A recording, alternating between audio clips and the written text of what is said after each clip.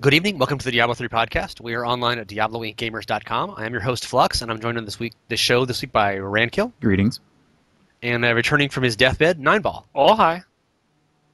You said ball. So, we are going to talk about a bunch of stuff with the PTR that's going on and how all those goddamn casuals are clogging up the PTR and won't let the real testers get on. You know, the elitists who really know how to test the game, unlike those other nubs. I think Neinball agrees with that. Oh, totally.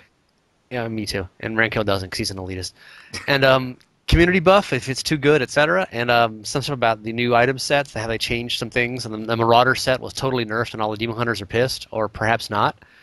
And a little bit about console stuff, and talk about Blizzcon a little bit, but that was the last two shows. And we'll lead off with Neinball here. You haven't been on the show for a while, and you weren't able to go to Blizzcon. You had some medical stuff, but now you're back and ready to go. And you've been playing the PTR on Diablo 3. What's going on? Yeah. Sadly, had some kidney issues, which made it so that way I couldn't make it to BlizzCon. This is the first one that I missed since the very first one. It made me very sad. Oh, but yeah, I mentioned while I was there talking to Nevelistis at the community booth one time, and she said that she was able to hook you up with the virtual ticket. So you couldn't go, but you got the virtual ticket. Is that actually? Do you actually want that? It seems to me like you had a really great vacation planned with your girlfriend, and the last minute you had to cancel, and like she went anyway, and then she sent you porn so you stuff to do while you were alone. Yeah, that is a little bit how it felt like. Then the worst part is I'm having to sit there and watch all the panels to go through and write about, and then just to keep up on everything. And I'm just like, I could have been there. I could be sitting right there in the audience, as it goes and pans through, and then listening to some of the inane questions of stuff that was like done like weeks prior, and it's like, why are you asking that question? It was it was annoying, but it was still good. It was still fun, at least being able to see all the panels in real time, or go back and rewatch the ones that I had missed for some of the other games. So it was still interesting. You're probably more productive. You're not running around between the show floor and the press room, and you're not being distracted by games to play. Yeah, definitely was able to get a lot of work done. So just even just being able to pause the stream, and take a screenshot of the panels was nice. And they sent you a secret alpha invite to Overwatch, right? So you got to play a little of that too? Yeah, no. No, you couldn't say it if they did it. Yeah, that would probably be the only one of those things that you truly only get by going to BlizzCon, that you'll never be able to compensate with the virtual ticket, is just being able to sit down and play the demos or talk one-on-one with the devs. And as Rankil will probably point out, you don't get the smells either. The smells. Yeah, you were so Rankil was there, and you've been on the last two podcasts talking about BlizzCon stuff. So let's not repeat all that. But what have you been up to on the PTR lately? You been playing this week? Yeah, I've been going around and trying to get in the queues, basically. But I mean, it's just the queues are super long, so it's more a matter of adding people to your friends list to find someone who's already in an existing game, and then just kind of mooching and joining into that game. But but before we started recording this, we all logged on to BNet real quick and got in a queue. So hopefully we'll go about an hour here, and when it ends, we'll only have like an hour and a half yet to wait. Then we can start playing. That's probably a good idea. I was actually because the other thing though is that you can skip the queues pretty much and have like about a 15-minute queue if you play hardcore. I decided to go on and play one of my monks that I had, and I killed them. So you'll be proud of me. You killed a monk? Wow, that's never happened. Yeah, I know. It's never in the history of Diablo. Yeah. So that's like monk number 6 I've killed. So it's great. Yeah, you've got a monastery of your own right now. your halls of the heroes is like they should call it the monastery of heroes, right? Mm-hmm. So the other related thing I was going to ask you, Neinball, World of Warcraft had a new game come out like 5 days ago or a week ago or something, right? So why are you playing Diablo 3 PTR? I guess your first love, Draenor. I have been putting a little bit of time into Warlords, but I just I'm definitely, I think I'm almost at my end, even though a lot of the content is fun. It just doesn't have the same hold on me that it used to a few years ago. So, well, that's probably a good thing. For my wallet, at least, yeah. Yeah. Well, no one ever actually stops paying $15 a month. They just stop playing. That's how Blizzard keeps the lights on. This sadly is true, because I barely played the game in the last 6 months, but I was paying my subscription the entire time. Yeah. So you paid $90 for like an hour of enjoyment, but So I have a lore question for you. This is really deep into the World of Warcraft lore. Okay. Only you can possibly answer this. Dun-dun-dun. How come the orc on the cover of the box for Warlords of Draenor is white? Or at least not green or purple or whatever? He is brown, which is actually the original color of the orcs. The orcs that we know and love from like Warcraft, Warcraft 2, and Warcraft 3, they are green because they drank the blood of Mana, which in the opening cinematic you see Hellscream not do, so they never turn green.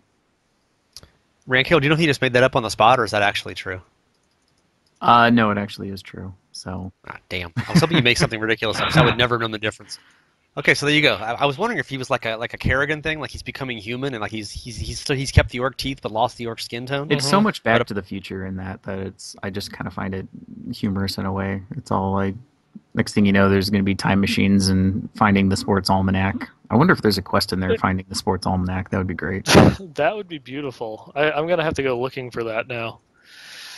But yeah, I I guess have no idea what any of that means. So it's like a time travel story or something? I don't care. We're not doing a World of Warcraft podcast. Moving on. Let's talk about Overwatch instead. Why is Donkey Kong in the trailer wearing glasses? But we can move on from that too. I asked like 4 Blizzard people that, and they all like stared at me like I'd never thought of the question before. Like, he doesn't look like Donkey Kong. He's just a giant gorilla in clothes running around smashing things. There's no relation whatsoever to Donkey Kong. It's like, yeah. Does he hate plumbers too? But no, of course not. I literally asked like 3 Blizzard people that, and they're like, what? We never thought of that. I'm like, what? Is he going to ride a turtle at some point? Is that one of his power-ups? I mean, you never thought of that either? Anyway. Off topic. Yeah.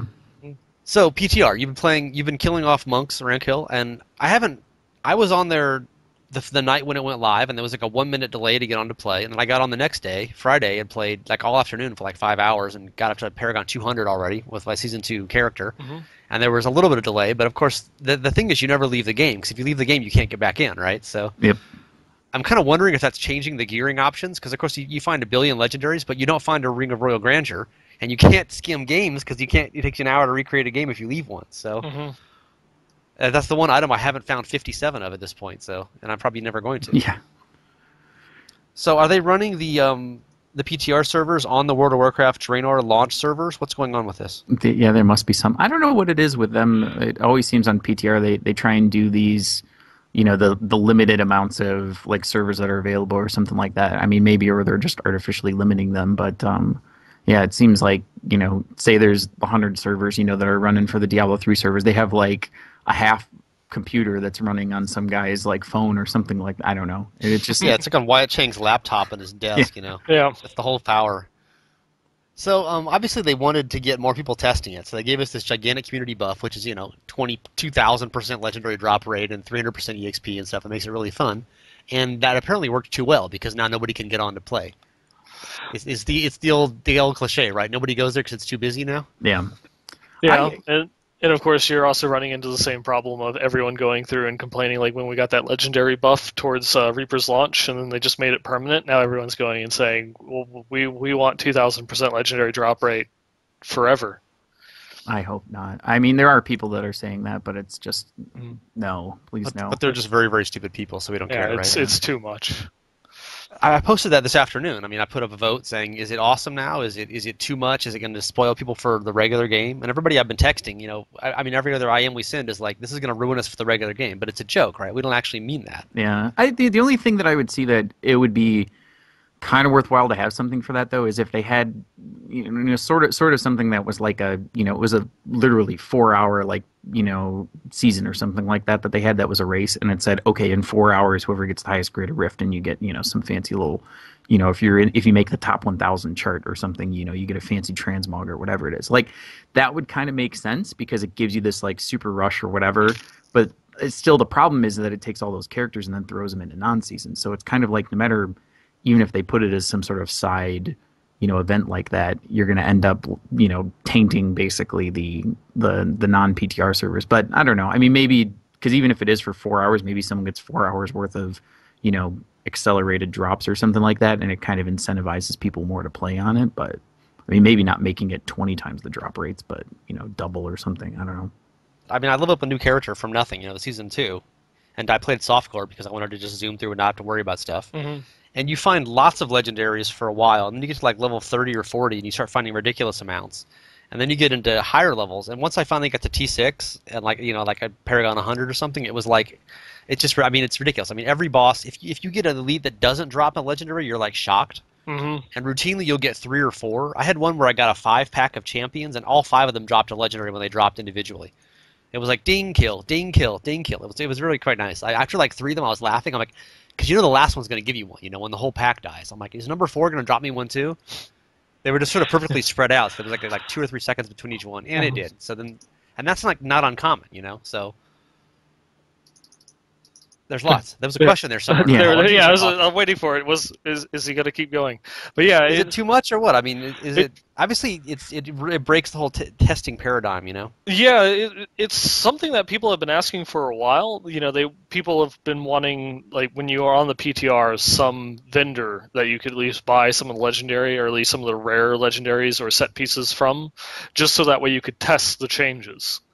And one of the community managers replied to that like a week ago and said, we don't want that because testing drop rates is important too. Yeah, but now it's like yeah, exactly. And the other thing is, because you're having like the ridiculous amount of legendaries, you're also getting a fair amount of ancients when you're going through and running on the PTR as well. And it's just it's like, am I really testing drop rates because I'm just running around with half ancients and it doesn't really even matter?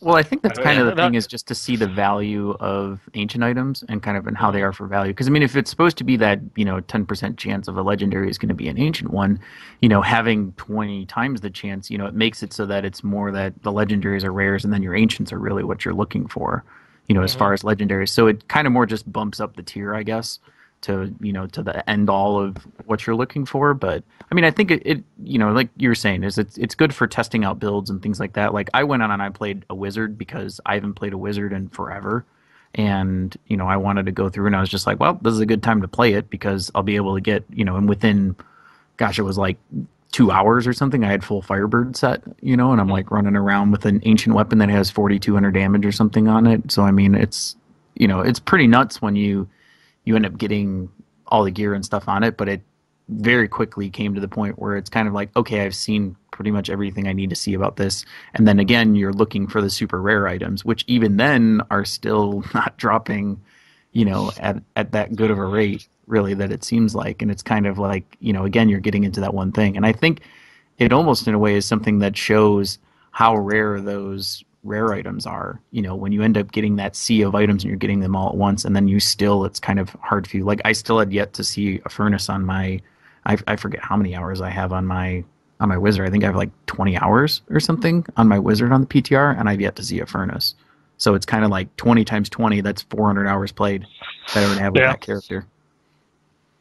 Yeah, 20 hours on this is like reverse dog years or something. It multiplies. I think it seems to me like it's more. I'm finding way more than 20 times normal, I guess. I mean, it's hard to add. I don't think 200%, 2,000% more doesn't mean 20 times as many. Obviously, it's like proportions and stuff. Yeah. But, I mean, usually I'm playing hardcore, and obviously you're doing. I mean, I do play T6 with my Demon Hunter on US and hardcore, but it's a much more careful pacing. I'm being slower and controlling things, and it's kind of ironic in some ways because I have so much higher toughness in hardcore that I can just kind of stand still through a lot of stuff that I have to dodge in softcore. Mm-hmm. But I have so much more DPS in softcore that it's like things die quicker, even though it's a much more frantic playstyle. It's kind of more fun in some ways, but the lack of consequences I think would bore me long term. But yeah, I mean that's what I did too. Is I played on softcore, and that's usually when I do play on PTRs. I play on softcore characters because, for the most part, it's one of those things. If you build up a set of gear on something you're supposed to be testing stuff, and then your character dies, it's like, well, you can't really test much on it with a dead character because then you got to re-gear up. And I mean, I guess this situation you can gear up faster, but for the most part, I never really, because there's even like bugs and crashes and a bunch of other things there on PTR, and like playing hardcore on PTR is just even more of a suicide, or death wish. Yeah, I noticed performance issues too on the servers. I would have times where suddenly all my icons were black. I mean, all my skill icons, and it's like I kind of know what they are, but it'd be nice if I could actually see them right now. But I haven't had lockups and crashes, but I've heard a lot of that stuff. But related to that issue, I had a question for you, Neinball, and I'm totally blanking on it right now. What was I going to ask you, by the way? You were going. Yeah, is playing softcore on the PTR versus hardcore on the real thing the equivalent of watching BlizzCon virtual ticket versus actually going to BlizzCon? You're like yellow. Yeah, That's not really a question that has a logical answer, so just throw something out. yeah. I know one of the things that I learned while playing the Reaper of Souls PTR, and then not so much with the 2.1 PTR because I had better gear. I didn't really die or anything like that, but it was like super annoying to go through and have all of a sudden, well, I just lost my character. Time to level up a new one. I guess my PTR testing is now come to an end. Um, it's luckily, once we were in 2.1, they dropped the copy rate over to 24 hours. So if I lost something, I could just copy it over at least once a day, and go from there. But yeah, it was definitely annoying. But with all of these buffs, it doesn't. I haven't died yet, but it doesn't seem as if I'm as worried about it as I was before. My first death is actually in a wave of trials in the PTR of my softcore Demon Hunter. I was trying to get as high as I could. It was the whole I have no gold. How can I get gold? Oh yeah, wave of trials are totally bugged on the rewards. I just need to do a couple of those and get 50 million gold. So I was pushing as high as I could before I was barely even into T1. And I died on I think a 22 wave. It's like, okay, well, whatever, softcore, who cares? And I got 47 million gold for the reward or something like that. Could one of you guys put on your elitist hat, or if you probably don't even take it off in some cases, and explain to me why it is bad on the PTR that Riff Raff and Rabble are on there leveling up and having fun, whereas the real testers, air quotes, real testers, are getting stuck in queues and they should be allowed to get on their play. What are these real elitist amazing testers? What would they be doing other than running around finding legendary items and testing out new equipment that's so important and impressive that the Rabble cannot do? I would say it's more of what my term that I like to give them are the poop sockers. The people who, because it's, I put 20 hours on the PTR, but there's some people that I have on my friends list on the PTR and they're pushing like 60, hours or something plus on their characters. So, it's kind of almost like it's the data that maybe they could gather even for, because I don't know what the data that they have. I mean, I'm sure they have all this data and they can kind of look at things and you're looking as far as like Greater Rift progression and how that works going up into the higher levels, things like that. So, I mean, those people who are like really dedicated push the high level content because that irons out because a lot of the problems that you end up seeing that don't get caught is because it's something in high level gameplay that doesn't get caught during beta. And it's not until the players eventually get to that high level gameplay. And with this accelerated stuff on it, there's a lot more people that are getting into the high level gameplay, so they can check at least the Greater Rift balancing changes that they did. But yeah, I mean, the people that are kind of going in there, I don't know what they could be, because if they're in a game and they know they got a 2-hour queue and they're creating a new character, they're not going to create a T6 game because they're not going to be able to kill anything. So they probably started on like normal or expert or something like that, and they probably leveled up to 70 in that same game. And then when they finally get 70, they're still running around in an expert game, which really isn't getting them much, but they're going to continue playing it because they keep seeing a bunch of shinies dropping on the ground. So that's kind of like that's probably the part that's like breaking, is those people aren't really testing anything in Torment Plus and really seeing how things are. But, yeah. From what I've seen people saying, people are just copying over their accounts, and if they have a T6 character already, then they're just playing T6 on the PTR and getting a billion legendaries. Yeah, well... Wow, cool. Who let the dogs out? I mean, I guess because if you're testing with the seasonal stuff, that's the only exception, is for the seasonal 2 to do those. Because there's the few specific items on there, because it doesn't have the new sets, because those are coming at a later patch, which was kind of surprising, actually, to see that when they had that blue post about that.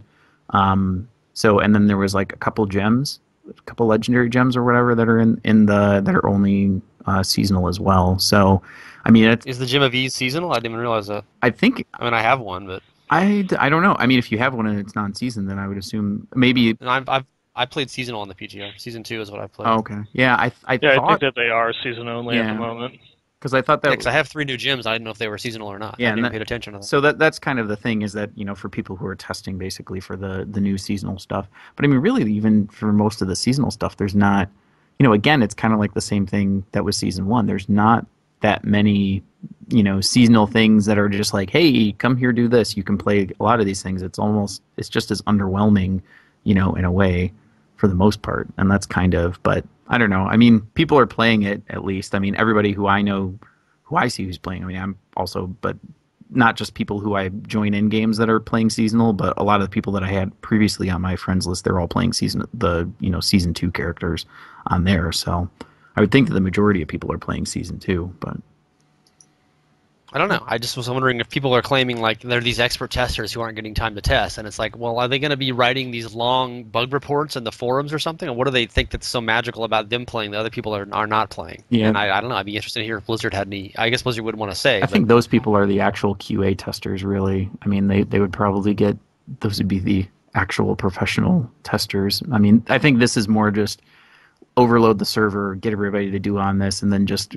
gather data, that they see from it. And then some vocal people that go on the forums will start making comments about stuff, and then hopefully people can kind of add to those discussions, on it. So Yeah, I think that anyone that's really complaining about, I should get, testing time over the casuals and such, one, they're probably don't a little forget bit they on the bought elite. every single Blizzard game too. Yeah, I Since- bought every single Blizzard game, and I never get into any of the betas. It's absolute bullshit. Screw, screw Blizzard. I'm done with this. So some of them are just, they're any reason to complain. Other ones, like he was saying, there are some people that are legitimately going to go out there and they're going to push the game to limits. Some of them will go through and write feedback reports. Some of them won't because they're trying to find the next big thing to try and give them a head start in their rift clears going into Season 2 by getting some information prior to it. What builds are going to be better, what item combos, and they might specifically not submit any feedback on what it is that they find, just so that way they might have some sort of an advantage, or not necessarily an exploit, but just some combo that people didn't think about till it actually got tested. So speaking of exploits and combos, one of the biggest obvious change of gear is the Marauder set, and they have not yet implemented, at least not as of yesterday. I hope maybe they put it today. They're going to do a new version where your sentries are only 100% damage, and you get a huge buff per each sentry, etc. That is not yet live, unfortunately, at least as far as I know. Yeah, no. If they it kind of like reshuffled is, around basically the affix, or not the affixes, but the bonuses on it. Yeah, if it is, they haven't updated the tooltip. Yeah, in the current version, it's what they posted a while ago. I haven't played live since BlizzCon, so it's like I've forgotten what the old version is even. Where you can just cast sentries and then hide around a corner, and they just shoot spinders nonstop. But the new one, of course, they only shoot their regular little single-shot sentry bullets, which no one had seen in 6 months, as far as I know. I'd forgotten what those even looked like. I'm like, oh yeah, that's why I'd never used sentry, because they fire these little crappy ice bolts or whatever, and no one even uses them. And they only open up with the spinders when you're shooting spinders. So it's made it a much more active thing. And when this info first came out, people were like, oh my god, Demon Hunter, Marauder 6 is ruined, finally the nerf hammer is hitting the most overpowered class, etc. And then people started playing it, and they probably found something a little bit different than that, yes? Oh, yeah, yes. Basically said, oh, this is the greatest set that was ever invented. It is so much fun. Yeah, not only is it more fun, it actually works better, too. Yeah, they somehow made Marauders better, in a way. Yeah. Like I posted a news about it the first night, some brief testing, and said, I did a quick run on the PTR and said, this is great for me, but I was only at like Greater Rift 28 or 30 or something. And maybe if you're like 45 or 50, it's not going to be so good because you're used to just casting sentries around corners and hiding. But apparently those people like it too. Yeah, I think the biggest nerf isn't even the change that they made to Marauders; it's the change that they made to Smokescreen, which is going to hurt the higher Greater Rift progressions. And what changes that Neinball? The change that they made to Smokescreen is they increased the cooldown from 2 to 3 seconds, making it impossible for you to actually keep it up 100% of the time. Previously, if you had somewhere around 30% cooldown reduction, you could just stay in Smokescreen, especially when you combine that with Night Stalker, that you'd have infinite discipline regen, which they also nerfed Night Stalker, that now it gives you hatred instead of discipline, so you actually have to pay attention to how much discipline you're spending. I said discipline a lot in the last 5 seconds. Yeah, you lack my last discipline.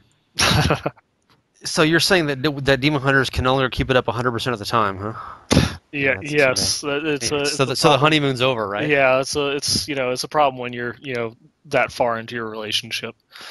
Exactly. Well, fortunately, there's only female Demon Hunters. So that's not really an issue. Actually, I'm playing a male on the PTR, and God, they run so goofy. They have these long stick legs. Yeah, the male Demon Hunter just looks so wrong when they run. So you just vault everywhere, of course, but still. So, related topic, ancient items. We mentioned that a few times, and what we're finding lots of. I seem to find an incredible amount of ancient items jewelry, which is like 100 more dexterity at best. They're almost useless. It's like, okay, this is crap. A little bit of the armor can be good, and the real big difference is just the weapons. And obviously, people want to get an ancient furnace or something like that. But have you guys noticed? are you still thrilled when you find an ancient item? Are you like, oh boy, upgrade? Or are you just like, it's got a little bit higher numbers to a couple of things that don't really affect me? On armor, I would say no, because it's actually not, I mean, because when you get like a weapon, it's like it can be a huge DPS upgrade, and that's Yeah. always like cool to have. Because like right now, I'm using like a standard. It doesn't have a legendary affix ancient weapon, just because the damage of it is going to do more damage than even if I had a standard one with an affix.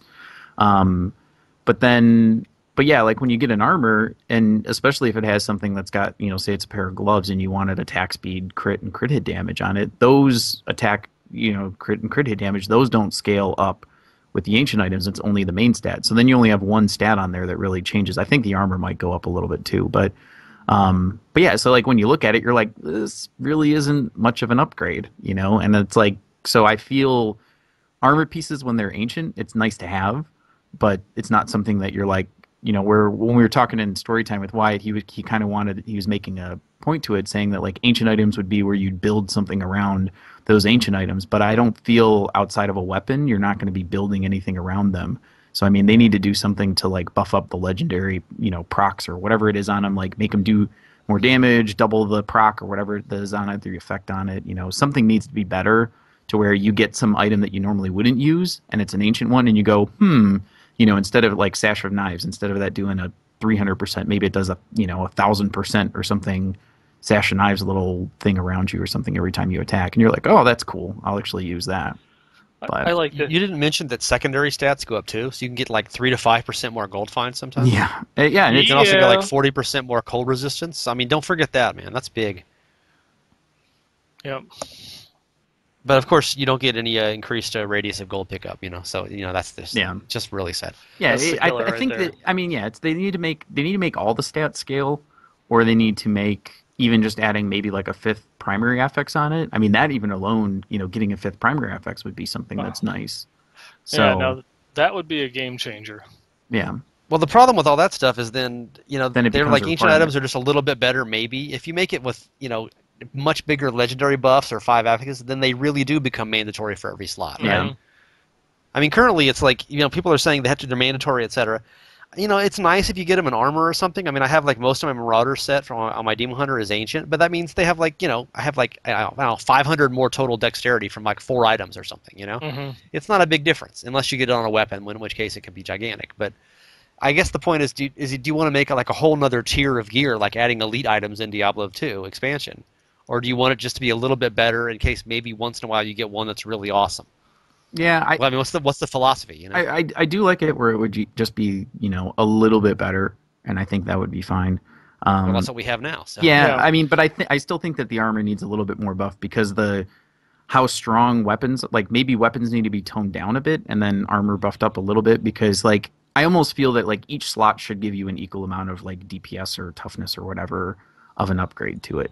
And it's very off balance to where like weapons are really the only thing people care about and armor is just nice to have. So Yeah, because you're really only using armor pieces for their procs or their set bonuses. That's all that they really give you. The stats are they're there to help out. And with ancient mhm. items, 30% more dexterity or vitality on a single item isn't really going to make much of a difference. In the beginning, it will, because you don't have that many Paragon points that are upping your stats. But once you're around Paragon 300, 400, it's insignificant. It doesn't really mean much to you at all. What's plus 100 dexterity if you're running around with 6,000 already? or 10,000. Or 10,000. It's the big issue really comes down to the weapons, and that's what a lot of people are worried about, because now greater rift progression at the high end is going to be 100% about RNG. Did you find an elite Crider shot or a ancient Crider shot? Did you find an ancient furnace? If you did, you're going to be head and shoulders above anyone else that does not have it. If everyone, like this guy has 3 more ancient pieces, armor pieces than I do, he's going to have a little tiny bit of an advantage when it comes to go through and clearing, but it's going to be, kind of like within that margin of error. So he has a slight advantage, but I can play better or get a better roll on my rift and still progress past him. But, with an extra 1,000, damage on your weapon, there's nothing that you can do to mitigate that. Yeah, as Rankil was just saying a second ago, it's weird that there's, the weapons now are just so wildly better than, and other stuff doesn't make a difference. I think jewelry especially. I mean, you find jewelry and there's literally one stat on the item that's getting increased. Oh, the Obsidian it's Ring of the vitality, Zodiac, I think, is the worst one because it's all percentage-based primary stats that are on it. So you get it and you're like, wow, this isn't any better than the previous one. Yeah, but it sucks in the first place. It sucks anyway, so it's irrelevant. Yeah, or I mean, it goes from useless to useless. Yeah, and then there's some classes like Crusaders, where they actually, value a lot of the stats over main stat. So it's nothing but percentage stats like cooldown reduction, crit chance, and such, and they don't even have strength on the ring because they need to sock it. And so an ancient will be like literally 0 unless, it's like a secondary resist that they reroll or something like that. Yeah, it's got more life per kill on monster. That's nice. 1,000 more life per kill, so that it really adds up.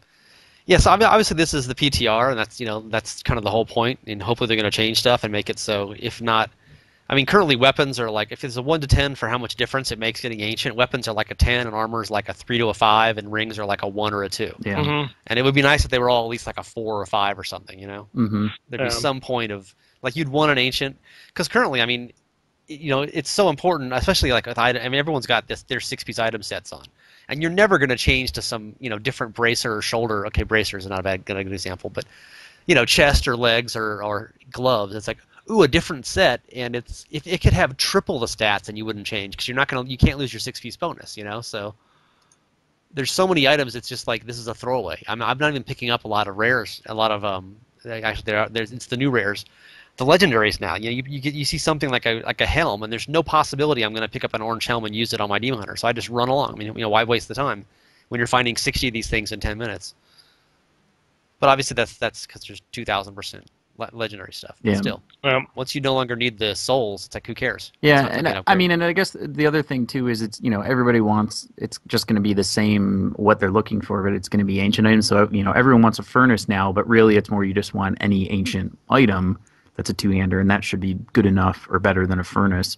But then still, once you start getting all and gathering ancient items, it's again, you're just looking for the same items, but now they're even rarer to find than they were before. So, and you keep finding ancients that have, plus defense, lightning resistance, and, vitality. I found multiple ancient Marauders items that I just threw away instantly. Yep. I mean, it's just, you realize how rare it is. You need to get, you got to get your Rezal and your Dex and your Vid and your Socket or whatever. And if you don't get those stats, everything else is just crap. It doesn't matter if it's 10 times the stats. Yeah. So it really makes you. People were saying in comments, it makes you realize how bad most of the legendaries are when you're finding 500 in 10 minutes, or 50 in 10 minutes, and it's like, I'm still throwing away 49 of them. Yep. Okay, new topic. Any final thoughts on that, Neinball? No. I mean, really, just what I said already. I think that there's still need to do some time and testing on weapons because it's leaving too much to RNG, especially when like the big topic of BlizzCon was keeping RNG, but then limiting its effectiveness in the game. So there's using RNG to just be a tool for increasing replayability, but kind of making it so that way it's not game breaking in any respect. And ancient items, unfortunately, are counterproductive to that goal. Well, as I've been saying for a while, if you can't get screwed by RNG, it's not a Diablo game. So you need to keep some of that in there somewhere. So another topic I put a vote up on last week about defensive gems. They have these 2 new defensive legendary gems coming in, and there's a third one on the seasons, which I didn't realize was seasonal, but now I have it and I want to use it, but I'm not going to. And there's the 2 new defensive ones, and I put up a vote saying, are these good? Will you use these? Is there any defensive gem that's sort of like, automatic full immunity to everything that you would actually use? And quite a few people said no. They would never use it because all that really matters is you need more DPS to get the higher levels of rifts. And eventually you get to it's just one-shot theater, and it doesn't matter if you have defensive gems or not unless they're full immunity. So if there was like a double unity effect defensive gem, would you use it if there was no offense at all? Is there anything you could use that would be that, or would you be like no, especially in softcore? What do you guys think? Well, kind of the wildebeest gizzard, that kind of in a way is sort of like a unity, but it's an absorb shield, so it's not all the time, basically you're taking half as much damage. So it's kind of a half version of it, but it's really not. I don't think that's any good for a melee character because it's, after not taking damage for 4 seconds, you gain an absorb shield. I mean, if you're a melee character, you're taking damage the whole time. So that's a gem that benefits range classes, which I guess when you're already combining it, Finally, a benefit for range class. they've been so weak for so long. Yeah. Finally, And yeah, but I mean that's kind of like the one thing is it's like I think they're I don't know the scaling definitely it allowed okay it's nice that they changed the scaling of it so it was a 10% increase of damage per level instead of 13 or whatever it was. But it's like, okay, all that did is just raise the bar of what everybody else does, and then you experience basically the same thing. Everyone who's doing now 50s, they're noticing they're still getting gibbed by whatever it is, and they're still going for like a higher DPS type stuff. I mean, for the most part. So I don't really think that anything has changed too much on it, and people still don't value defensive stuff as much. And I think that's something that needs to be worked on this, but it seems like they said this PTR is going to be really short, so I think they're going to kind of just push forward with some of these changes and not really balance them too much.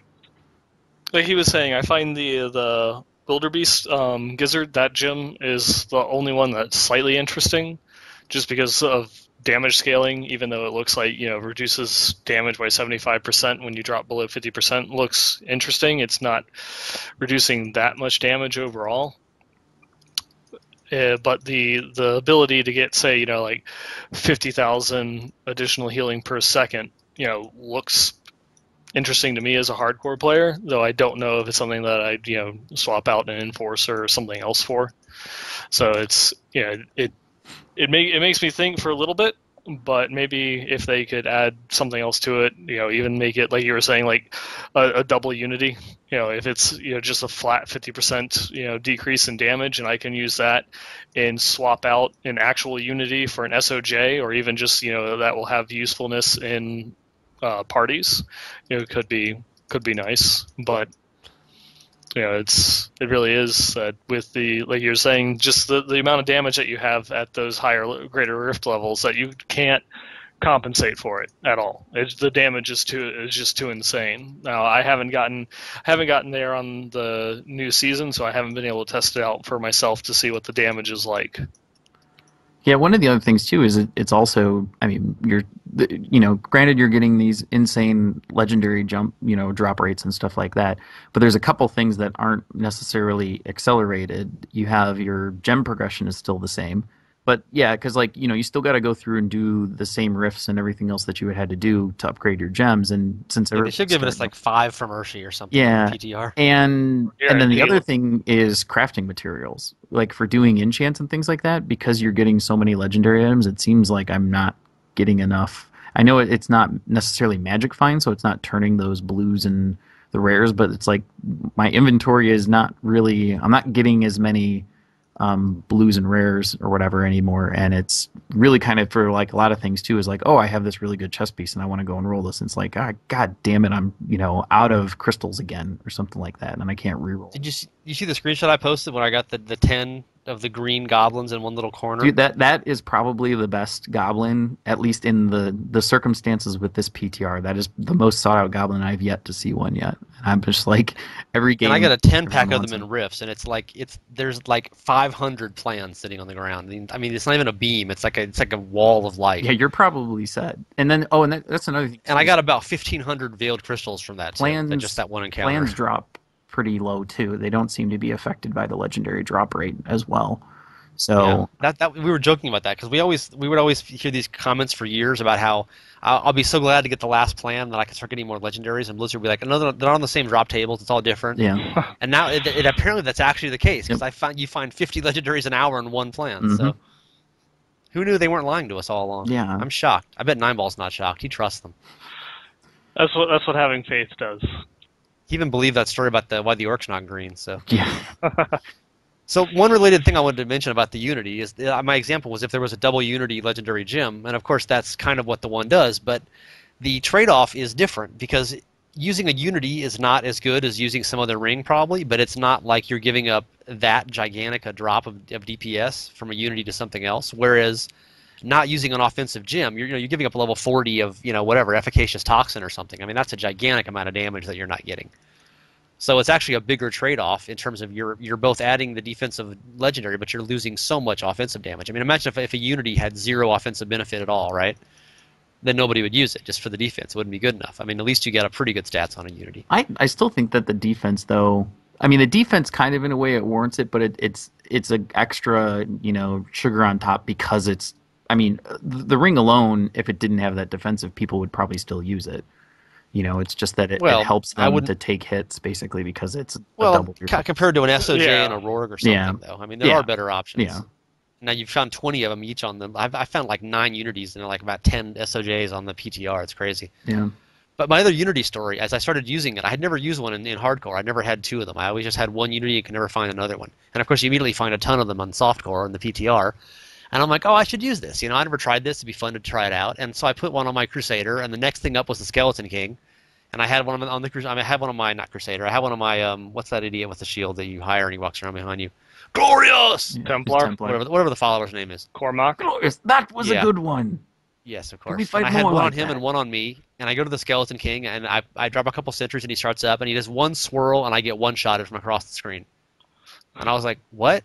Oh, yeah, you need the cannot die thing on the follower, too. So luckily this was softcore, but that would have been I have this forum thread about, D3 Darwin deaths. Yeah. Darwin Award deaths for D3. That would have been an awesome entry for hardcore. I forgot that you needed the cannot die thing on the Merc and killed myself against like the easiest monster in the game. One shot at me from 20 yards away. But anyway. Yeah, your That was followers very can exciting. kill you too with like the poison explosions in the Oasis. I've actually seen guys getting killed by those in hardcore, and they're like, "I had the 2 rings on, and how did I die?" And it actually, I think it Yeah. says you were killed by your Templar too. And you So, deserved it too. Yeah.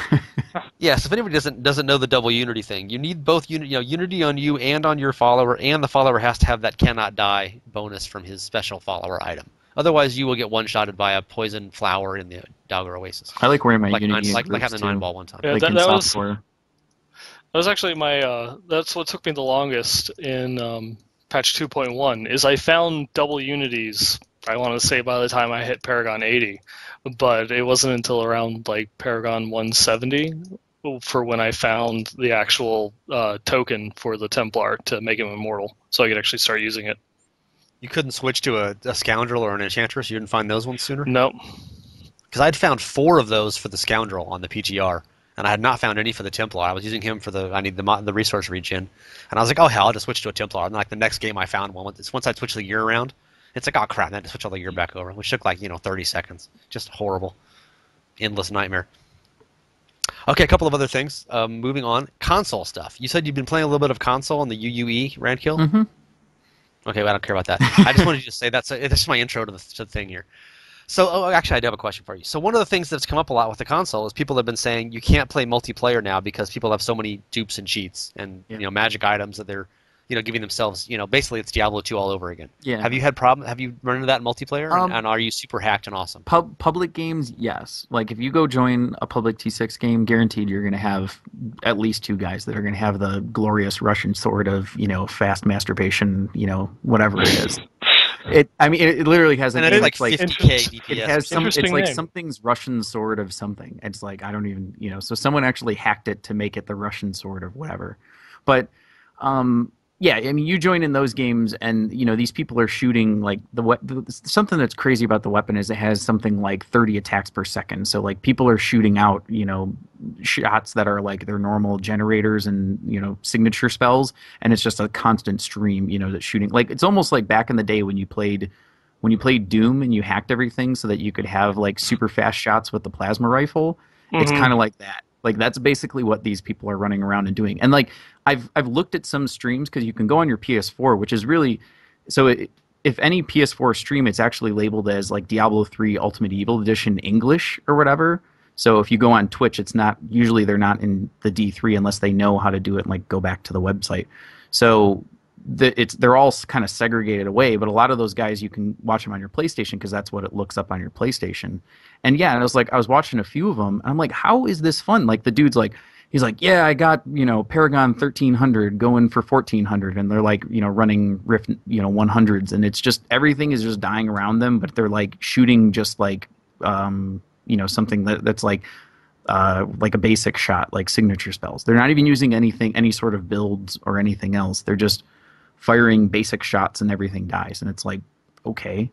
So it's real skill intensive, in other words. Yeah, and They're experts. These are the guys who can't get on the PTR right now, though. yeah, and because the noobs are in the way. so I mean, but really, I found like other, you go on forums and things like that. You can find group communities that are playing legit, and there's also like friends of mine and stuff that I have on my friends list. And so all I do is I just leave open games, and anyone on my friends list I can have open joins, and everyone that I play with, we all play legit. So it's okay as long as you can start kind of finding a place to gather names of people who are playing legit.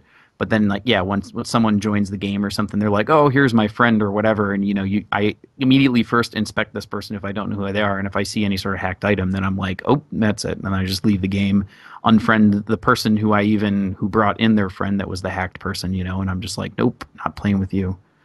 But and of course, the problem is because they have an offline mode. It's not online only like the Battle.net version of the game, and this is why they have hacks. And you'll recall back about 2 years ago when there was this whole thing with Diablo 3, and then it was going to be online only, and there was like massive protests, and this is horrible, and it should be offline allowed, etc. And Blizzard had every excuse for this in the world. It was all like, oh, better multiplayer experience and stuff. Yeah. I mean, even Neinball didn't buy those. Right? Yeah. And he trusts. But then, of course, people like me who would just say, well, this is obviously just to stop piracy and to stop hacks. And Blizzard occasionally would mention something about hacks, but they weren't like happy to do it. Are they just going to point to the UUE now and be like, scoreboard? yeah, Whenever anyone says, why is there online only, they'll just say, you look at the UUE. They have in a certain way. Look at the Russian sword of masturbation. yeah. They have mentioned that in kind of a roundabout way when they were talking about, why aren't seasons coming to the console? And they said, well, that is a consequence of offline mode, that it ruins any type of legitimacy that there would be for seasons, because offline mode you can hack in items. Well, the one thing that I wonder though is, I mean, I know because in D2 you had, which basically console is like open Battle.net, and they still had a closed Battle.net that at least stored characters that were on the server.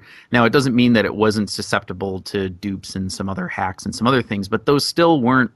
As long as they were, when the game was really active, they were actually good at patching some of those out, and things like that, or they were so, some of the dupes were so not known and they weren't publicized that those people were, exploiting it. But it wasn't like a big effect on everything else. Whereas I'm kind of curious, because a lot of PlayStation games and stuff like that, like take Destiny, they have everything that you have to be like online to play, because it stores all your character data online, and you're playing on servers and things like that. So I don't know why they couldn't make a sort of closed Battle.net on there. And I know a lot of my friends that I play with, they would say, yeah, I totally would re-roll a character if I knew that it would be less hacking people that would be on there, or at least it would minimize what it is, because, and even then they could put out a patch or something like what was it when they did the dupe one, the Rust or whatever, what was the Rust Storms? Yeah, or they called them on D2. They could do something like that that's more or less of a sanity check for these items. Because, most of them are like, it's like they put 3 sockets in a ring, and the ring has damage range on it that's like a weapon. Or weapons have 3 sockets on them, and pretty much I think every single item has damage range on it like a weapon. So it's imagining like gearing up your character with 13 weapons is what these people's gear are. And it's like Game of Thrones. Yeah, and like Seat of Thrones. Yeah. So, you make your furniture from weapons. If they could have like an online only mode, on it, and all it would just be like, Battle.net mode, and you just go onto Battle.net, and then you can log in through Battle.net, and because they already have stuff where it links with your Battle.net with your PlayStation or Xbox account and stuff. So I don't know why they don't do it, or at least try it, but I think they're kind of just saying, we don't need to really, they're like, the console is the casual hacking experience, and we'll just kind of let it at that, and then they'll just, behind the scenes, they kind of just update it with what the PC does, but the PC is kind of the main focus, I think, really, of what it is. So you're saying they let it be hacked on purpose to make the PC look better? I wouldn't say necessarily that. You just said that. You said that in Neinball? That's what I heard. I just think that they won't update it, and they won't really put it in there because it's, as much as everyone says that, a big argument was that the game was designed for a console, and everything else, and they held back on features and all this other stuff. It's like, no, the game still plays, in my opinion at least, better, but the translation for it on a console, it fits really well, and it works out really well for it, but there's definitely some, quirks that it has on it for being on a console. So I think that the console is always kind of, playing second fiddle to what the PC has and gets. So, and that's just kind of, I think, a nature of what their plan was anyway in the first place with it. Have you played any console of Diablo 3, Wineball? At BlizzCon, you probably played some 2 years ago, right? Yeah, I mean, I did pick up the Ultimate Evil Edition, and I've played it off and on a little bit. I've got a Crusader, I think that's around level 30. Just I'm going through and I'm playing the console, and then it's kind of I should be playing the PC. Yeah, I could be leveling up my Demon Hunter. Yeah, I just play it more as like it's like a casual break. I mean, really, it's kind of where I want to sit back and I don't want to play online with the other stuff, and I just kind of want to mess around, or I mean more so for the couch co-op stuff, but it feels, I mean, because literally you're sitting there just laying on the couch and just kind of being lethargic, and I don't really care too much about like the builds and being the best stuff in this, and I'm actually kind of trying out all these other goofy builds and stuff like that, and it just, I don't know. It just has like kind of, it's just a different feel to it. Whereas I feel like I'm on the PC and I'm like, it's like go, go, go, be super competitive at this, like try and do the best stuff on this, always improve on everything on there. Whereas console, I'm just like, this is good. I'm having fun with this build. I might be doing T3 or T4 with it, but hey, it's fun. I'm getting the gear and I have the gear that I need in order to do this build and have fun with it. And, it's just kind of, it's a bit more satisfying that way.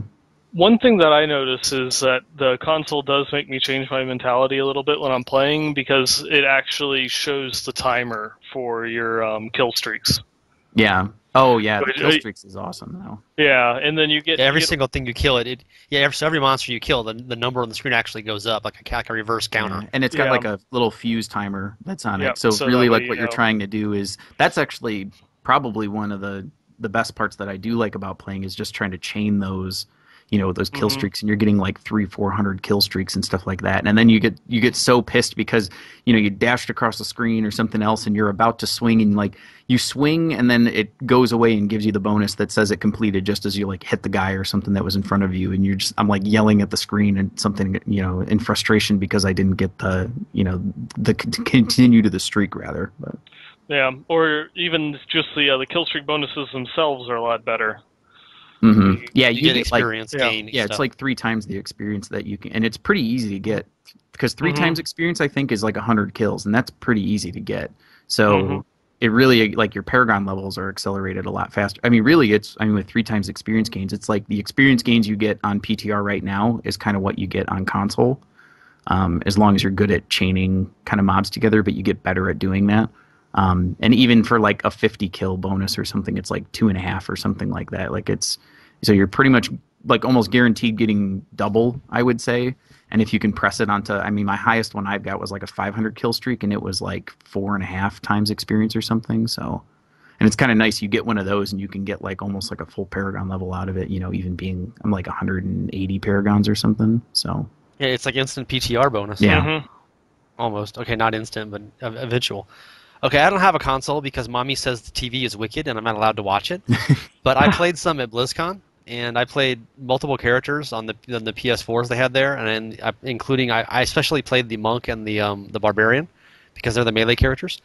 And I think it is so much better controls. I don't think it's better controls for ranged, but I mean, I've been on this miniature crusade for a while. Ironically, I don't play a crusader, but I'm on a crusade. I want the stupid left click not to have a skill on it on the PC. I just want it to be a force move and not have accidental clicking, not have accidentally picking stuff up, not have chests. And that's actually kind of how the console works. I mean, it's not the same obviously, but you have a left thumbstick that moves you around, and you don't cast any spells with it unless you hit another button. You use the right console on the buttons, the right thumb button and the thumbstick. I'm really good with the terminology for consoles, aren't I? And you plug the thingy into the TV, and then it makes the picture go on. But yeah, that's just how I want the PC to work. I just want the left click to move around, and then the right click and other buttons cast all my spells. And it's ironic that what I want on the PC is actually sort of the default on the console. Do you guys prefer melee classes on the console, or is it just me? Yeah, I think melee plays a lot better. Some of the stuff, again, it's kind of one of those things, is like you go away from the quirkiness of, say, like targeting a blizzard. You have to do like a different, because normally what I could do is I could stand in one spot and I could cast the blizzard in front of the enemies so that they walk through it as they come to me. But more so what you do on the console is like you're running away from them, you're casting the blizzard in front of you, then you go underneath the blizzard and then the enemies follow you. Like, so it's kind of, there's different play styles of how you have to target some things. But definitely for like Leap Quake's a bit funky because you can't really like choose to, do like a flower pattern around the guys or something like that. Or other ones like if you're trying to drop like an acid cloud and you want to. There's plenty of times too where I wanted to attack a guy that's off in the distance or something, or the goblin that's running away, and I didn't lock on my cursor, and then it drops like my big nuke or whatever it is on the dude that's right next to me, as opposed to what I wanted to target. And it changes around your builds too, because like you kind of do a little bit more melee focused and stuff like that. Like I run spectral blades on my wizard because it's easier to use spectral blades. Easier to use. So what do you think about the controls in the console, Neinball? I'm in full agreement. I feel the controls are really good and wish that they would add in just like gamepad support on the PC. I just like being able to, with the melee, even just like the ability to roll, which you don't have on the PC.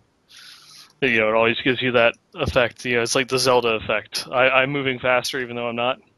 Yeah. Yeah, it's actually slower than running, but it looks cool. Mm-hmm. You can do it whatever direction you want. It's got a really nice animation where there's an actual, if you try to roll the opposite way that you're running, there's a little bit of hesitation, like to kind of hop into it. Yeah, and some of them it's not just this magic. Too. Yeah, it doesn't work exactly the same in all directions. I mean, it's actually very realistic with the animation. It's not just this magical. I think of old video games I would play like 20 years ago, and when you would hit dive or roll or whatever, it would just instantly do it in any direction, like old football games and stuff. Yeah. Like, you can run full speed left and then slide full speed right, and there's a cloud of smoke, etc. But the console it makes a little difference with the way the Diablo characters move. I guess physics have advanced a little in the last 25 years on video games, huh? Yeah. Slightly. Much to the dismay of gamers everywhere. Yeah, can you still jump off the turtle in Mario and save yourself though? You can bounce off nothing. You can jump over the directions flagpole and yeah, you can jump and just go left and right, and do double jumps off of nothing. That's always nice too, but essential. So last thing. One thing I forgot to mention earlier. So preparation. I guess this is the last thing. So preparation. Obviously, the PTR is going to have more changes, and we're going to get the major revision of the Marauder set, and then there's other sets that are coming in. Unfortunately, we don't get the other new sets yet. I was hoping to get those. Yeah. But I'm wondering, like, am I going to be changing off my sentry skill bonuses because now sentry's going to do so much less damage and as a proportion of the total damage? So what are you guys doing? Anything based on the console to prepare? Are you stocking up on materials so you can do more socketing? The thing that people I've seen suggestions a lot is you can get ancient weapons from crafting pretty easily. yeah, And that'll be get a whole bunch of crafting materials and just make a bunch of weapons right when the PTR goes live, and try to get an ancient one, and suddenly boom, there you go. yeah. I guess it's that push towards the end. Like I talk about on the previous podcast is more that like I'm kind of saving up everything until the end and then make one last push and kill off all my characters basically. And that's kind of I think what's going to happen is because that patch is going to go out and you're having this another power curve jump that's going to happen on that. But yeah, I'm more of like a seasonal player, so it's kind of like I don't really want to prepare myself too much, but I can see where like I've seen a lot of posts and stuff where people are saying what's the point of running the next season because they don't see the value in getting an extra 4 or 5 items, and the biggest thing is Paragon levels that you're going into. And I mean I've seen some other videos, like Jace just put out a video that was showing him clearing, I think it was like a greater of 38 without Paragon points, to show that like Paragon points help, but it's not something that's the reason why you're there. But I mean it does suck because like the first 200 levels that you're doing, you're just maxing out your movement speed. And your character is moving, dog shit slow, and you're just like, oh my gosh, when am I going to get to 200? And then when you get to 200, you're just like, yeah, I'm there. But, I use faster run boots on the PTR. I'm like, Yeah. screw this. I can't take this for another 100 levels. yeah, but I mean, but it's kind of one of those things still is that like that's all you're doing is you do that, and then once you get to 200, then you have to reshift everything else that you had. But it's just one of those things. I mean, that's probably about the worst part that I think is Paragon levels, but I don't know. I mean, I don't do too much prep for it.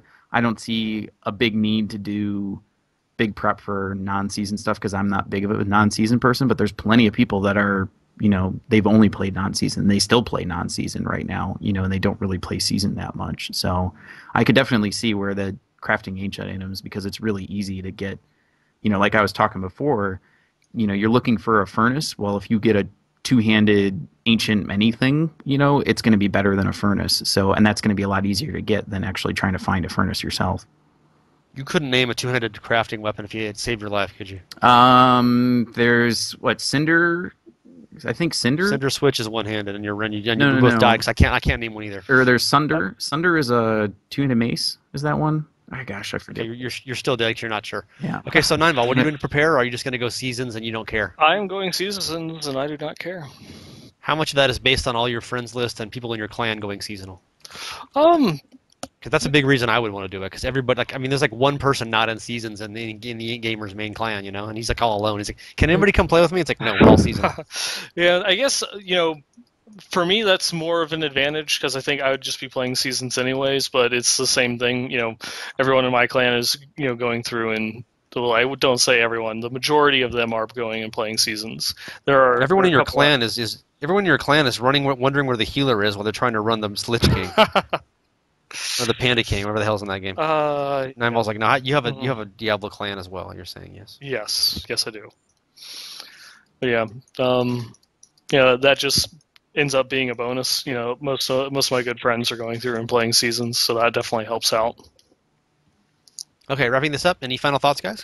Any topic we wanted to get to that you never had a chance? There was one thing that I wanted to interject when we were going through and making the allusions to like the duping in Diablo 2 and such. It's just that there's the Diablo 2 ladder reset coming up this week, and this one actually has a lot of people like really excited because they fixed the vast majority of all of the known dupe methods, not just the public ones, but some of the, like the secret ones in this last ladder season.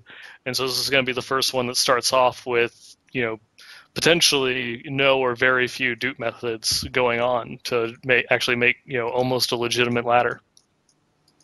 Yeah, I'm actually kind of gonna mess around with it. I'm probably not gonna play too much of it. I'm probably gonna play maybe for a few days, at least until Thanksgiving or whatever. But I always do occasionally. I come back on those ladder resets and play for a few days. It's good for the nostalgia, but yeah, it's still I think, in just kind of my opinion, it's a bit of a dated game, and I do prefer kind of the pace and whatnot of that you get out of D3 right now, because just for me it's newer. I mean, I've played D2 enough, and I'm just looking for something different. Yeah, totally. It's one of those ones where you like go back and it's all nostalgic and it's like, oh, this is so much fun. I love this game. And then you're like, why don't I have any gold? Oh, yeah, I have to click it. And you're like level 11. It's like, yeah, so I'll be sure to put that in the tags on this video on YouTube. It'll be like Diablo 2 duping techniques, and then we'll get like a million hits from a GeoCities site in 2006. Oh boy! It'll be like if there's time travelers accessing this video, like, oh wow, Diablo 2 duping techniques. It's like, oh, they're all fixed now, and that was also 14 years ago. But other than that, it's breaking news. Yeah. So any final thoughts for it? We gotta wrap this up, and I gotta go eat bad pizza. No, I don't. Yeah, not really. I just looking for, I guess, the next PTR patch that's coming out, because they're gonna go through, do that Marauder change. I'm curious as to what other changes that they're gonna do. I feel Witch Doctors they didn't really get much love. I'm hoping they're getting something beyond just that. The staff that they showed at BlizzCon, which, I mean, it's nice because it gives you a Poison Jade build, but it's now Poison Jade is the best Jade build. But I'm hoping that there's like a healthy. Yeah. The new rune for Locust Swarm, which also increases the poison damage or all damage by an additional 20%. Mm-hmm.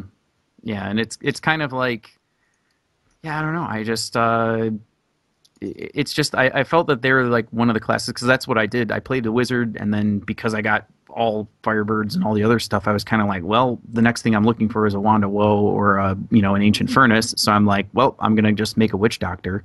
I might as well try and get a Star Medal, because it'll probably be the only time I ever see one, and still haven't seen one, by the way. But and I was going through and I'm like, man, the only thing that they still have is just Jade. I mean, pets really aren't that good. The damage for them, even though they made those toughness changes to them, they're still really squishy, and it's kind of annoying. But yeah. I found it interesting that, overall, even though there are some more changes that are going to come out, though, for Marauders, it's doing significantly more damage now, but they're going to tone it back down. But the goal is to be at least at or a little bit better than what it was before. So you have one of the top performing classes is going to get better, and then the new Sun Wukong set is going to help out monks, and if it pushes them even just slightly, as far as clears go for the Greater Rift levels, Witch Doctors are only one Greater Rift level ahead of Monks. If this pushes Monks up, they'll be equal to or better off than Witch Doctors, who are now going to be completely pigeonholed into, like you're saying, the Jade Poison build. Yeah. And if that doesn't really do that much for them, now Witch Doctors are going to be the bottom of the barrel because one of the least performing classes is getting very few changes. But at least no one else wants Tasker and Theo anymore. Yeah. Yeah, It'll be all for them now. No more demon hunters stealing your best gloves. Let me tell you about my experiences with Tasker and Theo on patch 2.1, and I am freaking glad that I do not need it anymore because I refuse to believe that those gloves actually exist. So I've spent probably 25,000 shards on gloves alone, and I have found probably 50 pairs of Marauder's gloves and not a single Tasker and Theo. Well, now you don't need it anymore. Yeah, now I don't need it I anymore. found 2 of those on the PTR already, by the way. I just threw them away. Yeah, I think. Well, They are. Tasker's at least with the new Hydra changes on Wizard, because those shoot like machine guns now, which is pretty fun to at least the visuals of them. But So now you can share it with your Witch Doctor because they both have the same main stat. yeah, so Exciting. But yeah, it's Witch Doctors are the ones that want it for pet builds, and when you're looking at it, I mean, maybe for Hydra Wizards that are coming out, but Hail Hydra. yeah, I mean, well, Hail Hydra. I guess there is though for Crusaders, because there's that one goofy. It's like you do the roll-in set and you do with Tasker and Theos, and then you get that 100% attack speed buff. Then you drop your phalanxes or whatever it is, and then they all snapshot your attack speed, and so that benefits, I guess, that build too. But that's but everyone complains because you don't have permanent Akrot's champion, and it's worthless in higher rifts anyway. So it's more of like a T6 for fun build. Yeah. So that's one of those things I would put in a news post, how nobody wants that glove anymore, and somebody would be like, there's like this totally obscure Crusader build that uses that, and you're a noob because you didn't mention it, Yeah. and I'll be like, yes, this is why everyone loves the internet so much. Mm-hmm. Okay, final topic, final thing. Thanksgiving is coming up this week. It is one of the many American holidays based on white people killing other people of different colors and taking their land and eating their corn and putting black olives on their fingers and eating those too. It's the holiday of how And- the Pilgrims couldn't farm. Yes, and luckily they had Indians they could steal their land and crops and squaws from. I Yeah. like squaw, it's a funny word. Anyway, what are you thankful for in Diablo 3? And you can't mention Jay Wilson. Neinball. Can't mention Jay Wilson. You just did, I'm pretty sure. Yeah. Doubling it. I am thankful for them doubling it. What is the word for something that goes up by 20 times? There must be a word for that, right? Twintupling or something? Who knows? Could that be they- mascaraing it, I guess? Yeah, they masquerade it.